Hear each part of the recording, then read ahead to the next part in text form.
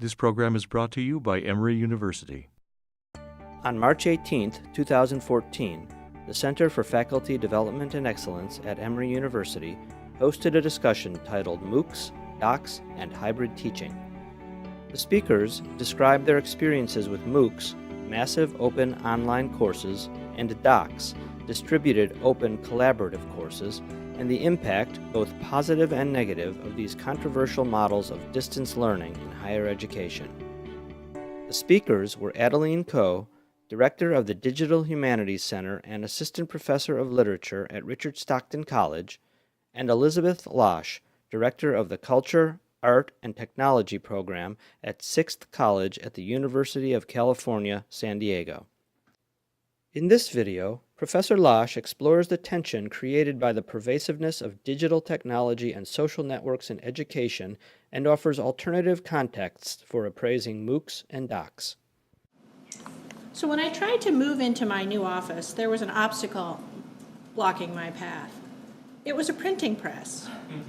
The press had been installed as a reminder that the internet was not the first information technology and may not be the last, and that movable type had transformed society and given past populations the feeling that they were part of a time of dramatic change driven by technology. It was also hoped that this magical printing machine would unleash the creativity of the college's young do-it-yourselfers. But it had fallen into disuse years ago, and the ink had congealed around half-finished projects, freezing its mechanism. The press was a legacy and inheritance.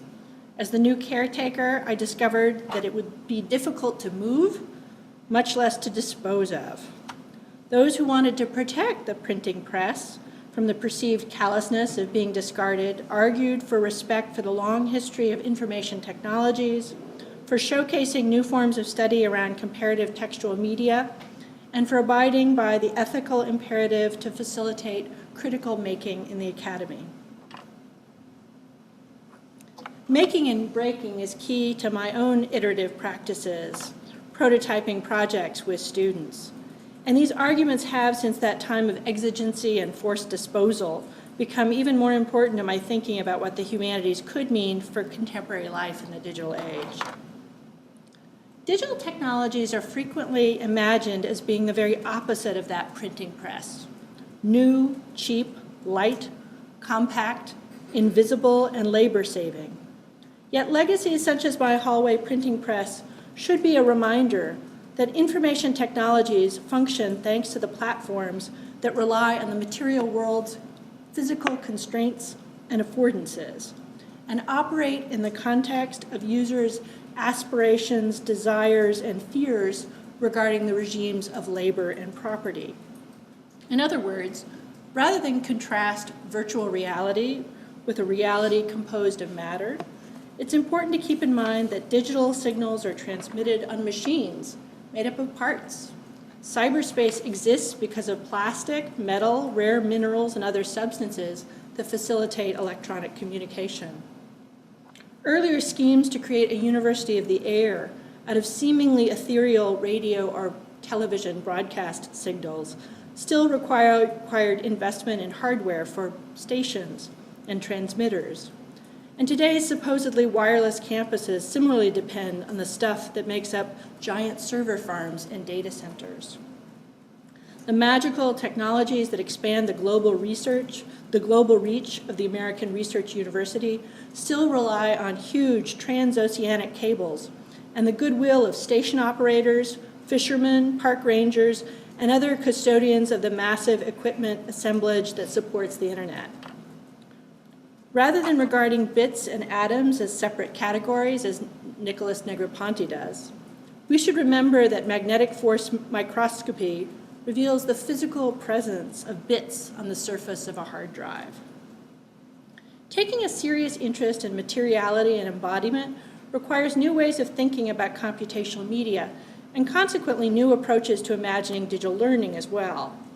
The specific critical framework of feminist theory, particularly about boundary objects, infrastructure, situated interactions, and mess, may be key to developing viable pedagogies that can connect with the often chaotic, unpredictable, and subversive informal learning practices happening on smartphones, laptops, and tablets, and resist the command and control policies of corporate vendors, pushing course management systems, wireless clickers, and plagiarism detection software, which counterproductively promotes scientific management and behaviorism.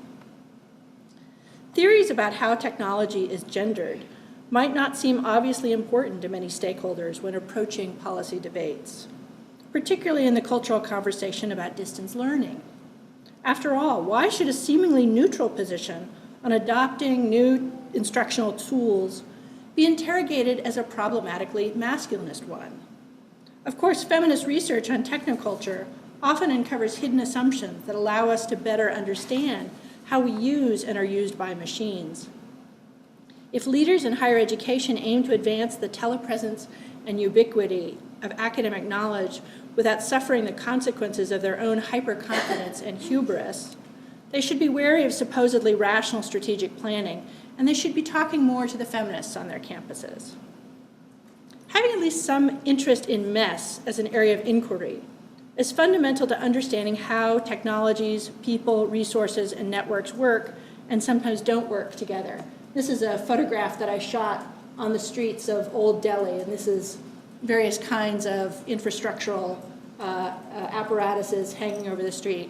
And the thing is, we have all of this same messy stuff in our own environment, except we've just hidden it behind glossy walls so we don't know it's there. So just a reminder that the mess that you see in this photograph is all over this building and all behind the panels in the rooms. When supposedly labor-saving devices were created for 20th century households, women didn't find themselves with more leisure time. Instead, these technologies created new expectations for higher standards of cleanliness, so that those primarily responsible for managing literal messes in the home became further and further behind in their duties as daily hygiene standards were recalibrated. Ultimately, those responsible for dealing with the messy aspects of technology, aspects that could be perceived of as negative, can become untouchables. As a result, there is too often too little thought invested in preparing for the eventual death of an instructional technology. After all, obsolete classroom devices such as the film strip machine or the overhead projector were once standard equipment for practitioners of the educational sciences, much as magic lanterns functioned in the 19th century. Manuals on using film strip machines from as recently as the 1980s speak of potential gains in student attention, participation, and other behavioral objectives. Guides to overhead projection from the same period praise the fact that the instructor can maintain eye contact with the audience and avoid darkening the room. Both technologies became established after being deemed effective in military training, generated corporate profits with patented inventions, and then experienced a rapid decline in use with the rise of portable computational media. A media studies approach to the instructional technology movement can take advantage of 3 decades of feminist scholarship on technology that has transformed science and technology studies and film and media studies. Feminist scholars have introduced critical frameworks that reconfigure ideas about bodies, machines, information, and labor, and have applied analytic methods formerly reserved for artworks and literary texts to technical discussions about reproductive medicine, imaging and surveillance, and computer science. At the same time, the contributions of scholars of visual culture have exerted a major influence in the field of media studies by shifting the focus of critical practice from close reading text and images to studying the apparatuses of composing or viewing, environments for producers and audiences, embodied experiences, and the interfaces and platforms of mediating technologies. Different strains of cyberfeminism have also played a major role in fostering critical pedagogies in which knowledge is explicitly co-constructed and effective labor matters in classrooms described as transgressive, collaborative, engaged, and interdisciplinary. Of course, anyone who has ever seen a 10-hour clock from the French Revolution should be persuaded that nothing so basic changes so rapidly. Even the QWERTY keyboard that students use on laptops and smartphones represents a link with the past. Its organization of keys was intended to avoid jamming on 19th century manual devices, and to make the brand name typewriter easy for salesmen to pick out on the top keys. It is difficult to ignore the forces of path dependence when considering the relationship between humans and machines, particularly when one decision about instructional technology can influence many others. Initiatives often fail because they treat education as a product rather than a process. Video games for the classroom, clickers for the lecture hall, and laptops for the developing world all propagate ideologies of consumerism rather than values that don't fit with market models. Like many feminists, I don't think that failure stories are necessarily shameful. In fact, I like to put things like scandal, disaster, miscommunication, and mistakes in the subtitles of my books. So, for example, I had written an item on my blog about the existence of online cheating videos that demonstrated elaborate techniques designed to boost examination scores. The videos showed step-by-step how to create fake drink bottle labels in Photoshop, how to stuff pen shafts with answer scrolls, and how to write detailed foreign language conjugations on stretched out rubber bands. My story about these videos had been picked up by the blog for the Chronicle of Higher Education. Then a reporter from the Shreveport Times interviewed me and ran an article which later appeared in the large circulation paper, the Chicago Sun-Times. From there, the story reached researchers at Good Morning America, who thought it had the right kind of national light news appeal for early morning mainstream audiences, and apparently hoped that I might be an adequately colorful commentator to speak to this new kind of academic dishonesty. I thought that cheating videos were interesting because first, formal institutions of codified pedagogy, represented by universities, were increasingly in conflict with individuals who were informally self-taught. And second, access to and use of computational media frequently seemed to exacerbate this tension. Certainly the students in the videos were sharing tips and performing online knowledge networking activities that constituted a form of real learning, even if such learning would be considered objectionable by their professors, who would understandably regard them as fundamentally in violation of the scholarly social contract. In fact, in these cheating videos, the students demonstrated that they understood the procedures of their own educational institutions and had learned a different approach to the sequences of operations involved in the minutiae of test taking, an approach that might guarantee higher scoring success. They had achieved mastery of something that seemed relevant to success in the university, but it wasn't what they were supposed to have learned. These videos appealed to many non-academic viewers who enjoy watching the hacking of obstreperous or powerful systems, as demonstrated in videos about fooling electronic voting booths, hacking vending machines, opening locked car doors, or smuggling contraband goods through airport x-ray devices. And I recommend all of those videos on YouTube to all of you. These cheating videos also belong to a broader category of YouTube videos for DIY enthusiasts, those who like to see step-by-step execution of a project from start to finish. Unfortunately, by the time the production offices for Good Morning America called my university office months after my initial blog posting, the story of these students' acts of ingenuity had become transformed by the producers into lurid evidence for yet another internet moral panic. Somewhere between the predator panic, when the news seemed to be all about online sexual deviance preying on innocent young people, and the bullying panic over the cruelty of the young themselves toward their peers, there were a variety of miscellaneous panics being aired on national television with horrified glee. The show obviously wanted a voice of moral outrage to defend tradition and condemn the lax values of the young from the elevated position of a stereotypically highbrow college professor. Several times I was prompted to say how reprehensible I must think the behavior of these video makers was. At the same time, the woman from ABC was unable to suppress her voyeuristic pleasure in having lined up two of the actual video-producing student perpetrators so they could be paraded before the public in their unrepentant condition. Ultimately, the episode of Good Morning America aired on December 10th, 2008, without me.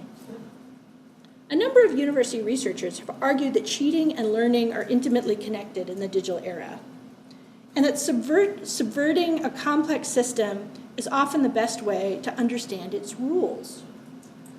Mizuko Ito and her team of researchers have studied a continuum of teen behavior around knowledge transfer, from trading gossip to geeking out over shared enthusiasms for highly specialized topics. Ito's group has noted that these kinds of informal educational practices are closely related to widespread adoption of social networks and video games. Prior to the release of this report, Mia Consalvo had argued that cheating in video games is expected behavior among players, and that cheaters perform important epistemological work by sharing information about solutions on message boards, forums, and other venues for collaboration. Consalvo also builds on the work of literacy theorist James Paul Gee, who asserts that video game narratives often require transgression to gain knowledge, and that just as passive obedience rarely produces insight in real classrooms, testing boundaries by disobeying the instructions of authority figures can be the best way to learn. What was striking about the ABC coverage is that it lacked any of the criticism of the educational status quo that became so central for a number of readers of the earlier Chronicle of Higher Education story. Those who were asking as educators, one, what's wrong with the higher education system that students can subvert conventional tests so easily? Or two, what's right with YouTube culture that it encourages participation, creativity, institutional subversion, and satire? Many of the educators argued that in the era of ubiquitous computing, depriving students of reference materials does little to test them on their ability to apply concepts in real-world situations. Several provided testimonials to the value of allowing them to bring their own study aids, such as note cards, to examinations. This attitude reflects current research on so-called distributed cognition and how external markers can help humans to problem solve by making solutions clearer and freeing up working memory. Many of these commenting on the article also argued that secrecy did little to promote learning, a philosophy shared by my colleague Benjamin Bratton, who actually hands out the full text of his final examination on the first day of class so that students know exactly what they're being tested on. I'm interested in exploring the assumption that digital media deeply divide students and teachers, and that a once covert war between us and them has turned into an open battle between our technologies and their technologies. On the one side, we, the faculty, seem to control course management systems, online quizzes, wireless clickers, internet access to PowerPoint slides and podcasts, and plagiarism detection software. On the student side, they are armed with smartphones, laptops, music players, digital cameras, and social network sites, allowing either escape to virtual realities far away from the lecture hall, or, should they choose to document and broadcast the foibles of their faculty, exposure of that lecture hall to the outside world. Each side is not really fighting the other, I argue, because both appear to be conducting an incredibly destructive war on learning itself by emphasizing competition and conflict rather than cooperation. I see problems both with using technologies to command and control young people into submission, and with the utopian claims of advocates for DIY education or unschooling, who embrace a libertarian politics of each one for himself or herself pedagogy, and who, in the interest of promoting totally autonomous learning in individual private homes, seek to defund public institutions. Effective educators should be non-combatants, I am claiming, neither champions of the reactionary past nor of the radical future. In making the argument for becoming a conscientious objector in this war on learning, I am focusing on the present moment. There's a saying among people in the instructional technology movement: distance learning begins in the second row. Professorial hostility toward students anywhere beyond this first row also seems magnified by access to technology. Type the words "angry professor" into a search engine and be prepared for videos of professors destroying digital devices or chiding their students for inattention. As the many remixes, parodies, and hoaxes generated around these angry professor videos demonstrates, trying to police student distraction this way only seems to feed the trolls. What might be less obvious to the uninitiated is that many of these videos showing supposedly inflamed faculty performances online are actually hoaxes or spoofs. Some, such as "Teacher Breaks Student's Phone," now at over 1 million views, have obviously canned dialogue and are quickly called out as phony by viewers. Other videos might have more complicated reception histories. For example, Professor Kieran Mullen, a condensed matter theorist at the University of Oklahoma, explains on his faculty webpage that the video showing him shattering a student laptop that he has frozen in liquid nitrogen depicts violence done to a machine that was, quote, non-functional before freezing, and that the putative owner is, quote, a plant from a willing student accomplice. However, Mullen goes on to assert that the video does enhance his message about how students, quote, in a large lecture class can be distracted by others watching movies, reading news websites, and playing games on their laptops, end quote. He also notes that he, quote, had warned students many times about not using their laptops during lecture, and that his demonstration did have the desired effect of improving student attention. Another video in which a professor destroys a cell phone supposedly worth several $100s to discipline a texting student ends with the student taking a bow. To minimize confusion, it's labeled as a skit on the official channel of Seattle Pacific University. Much like popular lip dub videos shot with complex continuous shots on college campuses, the genre of the viral video about a destroyed student communication device often requires many Confederates to manufacture the footage showing the supposed evidence of mutual disrespect. If an authentic angry professor moment is captured in earnest, either by students with cell phone cameras in the audience or by tech support recording the class for posterity, such outbursts might be remixed, remediated, or parodied later. After Cornell lecturer Mark Talbot interrupted his lesson plan for 2 minutes to seek out and castigate the student who had emitted what he called an overly loud yawn, his faculty temper tantrum was watched by over 700,000 people on YouTube. In the video, as Talbot makes menacing comments like, "My bad side is as bad as my pleasant side is pleasant," hunts for the offender among rows of anxious students armed only with their electronic clickers, and finally yells that the guilty party should walk the hell out. Soon after his video was posted, Talbot became the subject of ridicule, with themed t-shirts, a Facebook-organized yawn-in to protest classroom conditions, and a number of dance remixes featuring digitally modulated and synthesized versions of Talbot's eruption with "My bad side is as bad as my pleasant side is pleasant" as the refrain.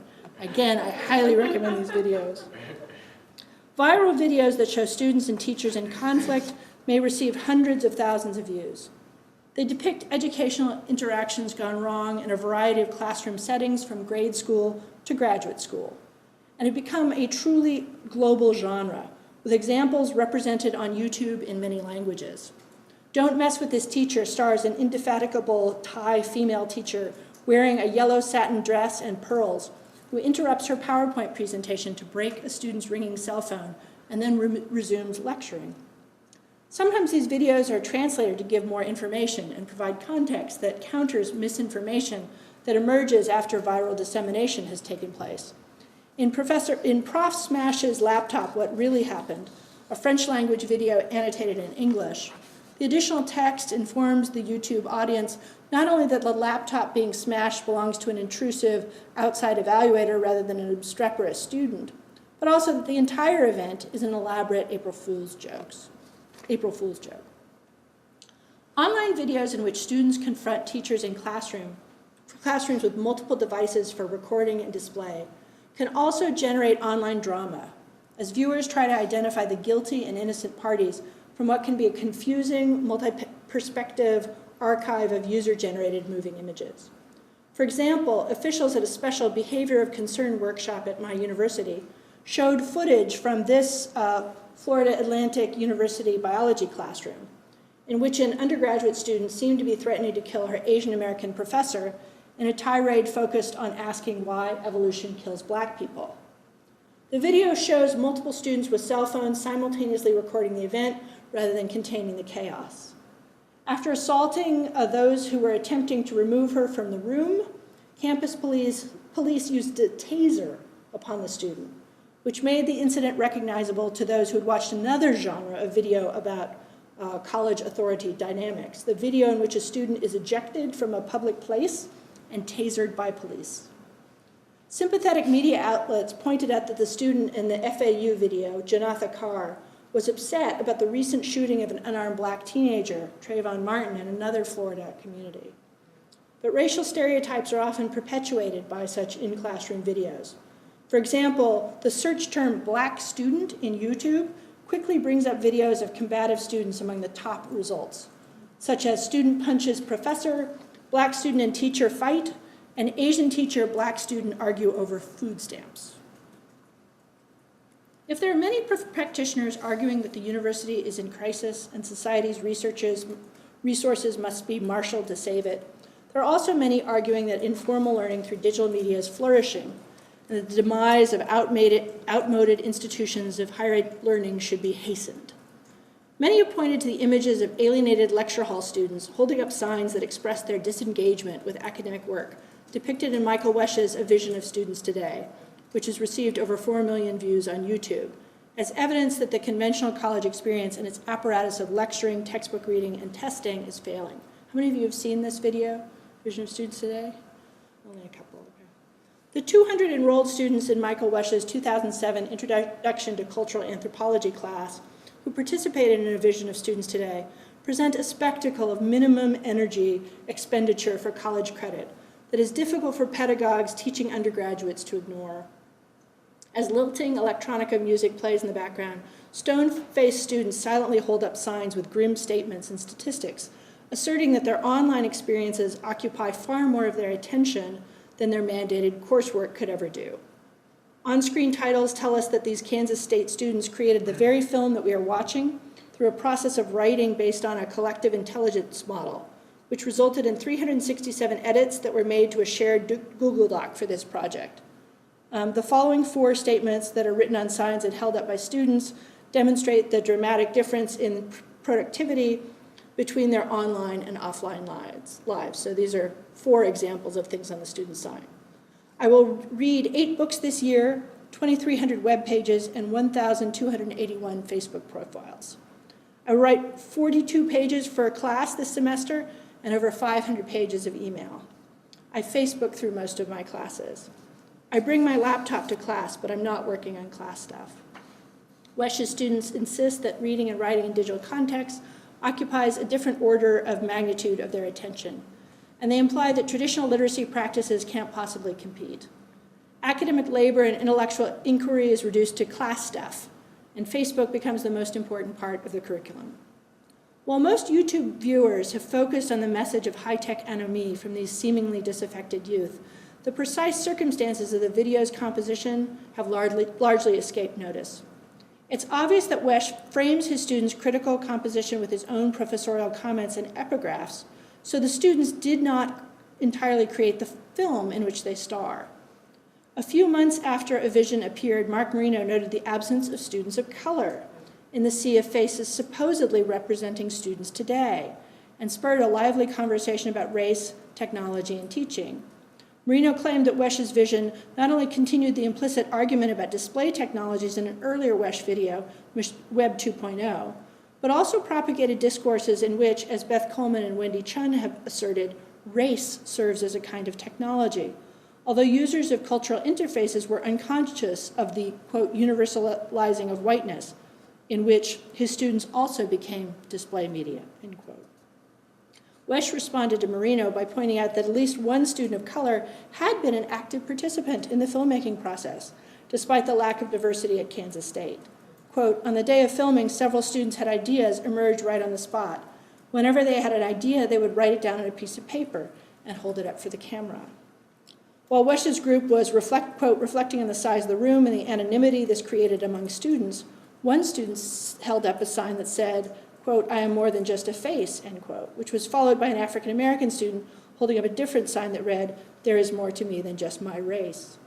Wesch decided not to include this juxtaposition in the final film, a decision that was justified in his blog posting by saying it was a powerful moment, and the sign itself defied any simple reading. From Wesch's comments, we are invited to consider 2 interesting aspects of the video that may be obscured by the way that it presents its user-generated content that was made collaboratively by students on a digital platform. We learned that the comments on the student signs, rather than being products of the Google Doc we are shown in the film, may have been spontaneous day of filming performances that responded to the face-to-face dynamic of interacting with the camera as a piece of technology and the lecture hall as a stage. We also learned that Wesch made conscious decisions about editing out some shots in the film for the final version of the public piece, which may imperil its previously assumed status as a wholly student-authored composition. As Marino has asserted, it may have been more interesting to give all 200 students access to the database of clips shot that day and see how they might have edited together very differently from the all-powerful professor. Of course, power in online environments can be tricky, and it can be difficult for the professor to remain in control. 2012 was declared to be the year of the MOOC by no less than the New York Times, but stories of failure abounded in 2013 about massive open online courses. The public was exposed to lurid tales of defections, meltdowns, protests, palace coups, vandalism, and cheating. With retention rates hovering at 5%, even MOOC guru Sebastian Thrun has taken off his rose-colored Google glasses and admitted that his company was guilty of churning out a lousy product. Fortunately, 2013 was a fantastic year for faculty members piloting their own experiment, Dialogues on Feminism and Technology, which took the form of a doc, or distributed open collaborative course. The collective efforts of hundreds of faculty produced a series of video dialogues and provocative experiments using social media tools in hybrid instructions. Students created their own keyword videos as active participants rather than passive consumers of content. They also edited Wikipedia, wrote blog entries, generated maps and visualizations, explored virtual worlds, and exchanged personal DIY creations. These expressions of student agency received national attention. Two FemTechNet undergraduate students were recognized by the MacArthur Foundation as one of 5 winners of the Reclaim Open Learning Challenge, an initiative otherwise dominated by faculty perspectives. Discussion focused on distributing tasks fairly among participants so that junior faculty, adjuncts, students, instructional technologists, and librarians would see equitable rewards from their collaboration, and so that tenured faculty would be kept aware of important housekeeping matters for which they too were accountable. While the MOOC model props up the star system of entitlement that makes the toxic class politics of academia even more poisonous, the DOC model strives for collegial respect for peers across disciplines and job titles, and honest acknowledgement of the vexed issues around power relationships. The irony is that feminists have been doing free and open learning for a long time now. Even before the settlement movement at the turn of the previous century, feminist initiatives to transform higher education have introduced approaches that are now recognized as best practices in higher education. So if you look at the AACU inventory of high impact practices, it's almost all stuff that you can trace back to early feminist pedagogy in the 1970s. In contrast, the reform efforts represented by the MOOC trend actually do little to change the status quo, and can even be counterproductive because MOOC promoters oversimplify questions of access, underestimate investments of labor in instructional technology, deny the importance of infrastructure and its human and discursive aspects, and reinforce ideologies about technology being values neutral. Thank you very much.